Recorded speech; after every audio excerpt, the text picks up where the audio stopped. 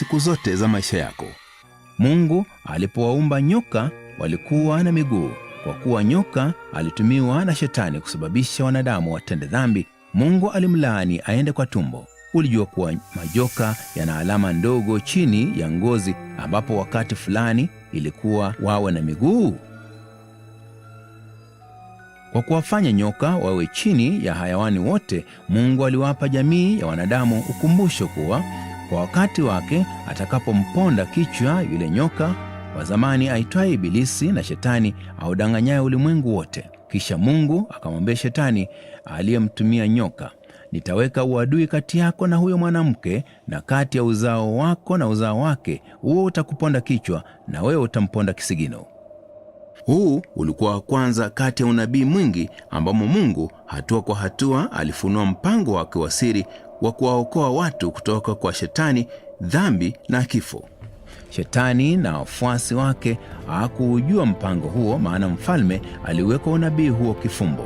Mungu aliahidi kutuma Mwokozi duniani, uzao wa mwanamke. Mwokozi awe na mama mwanadamu, lakini baba si mwanadamu, ajulikane kama Masihi kwa maana ya mteule. Shetani amponde kisigino Masihi, lakini Masihi amponde kichwa Shetani. Haya yote yalikuwa na maana gani?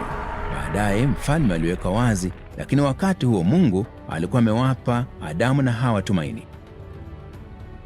Maelfu ya miaka baadaye, mmoja wa manabii wa mfalme aliandika, watu wale waliokwenda katika giza wameona nuru kuu. Bikira atachukua mimba, atazaa mtoto mwanamume, naye ataitwa jina lake Emanueli, Mungu pamoja nasi. Mfalme ataikomboa tunu yake maalum. Lakini itagharimu kiasi gani?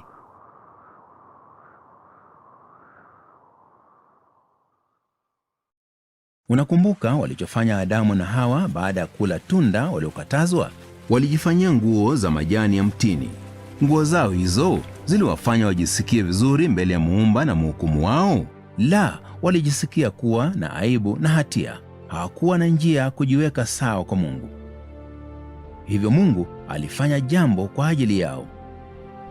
Bwana Mungu akawafanyia Adamu na mkewe mavazi ya ngozi, akawavika. Ni nani aliyeanza kutoa sadaka ya mnyama? Ni Mungu. Bwana alichinja wanyama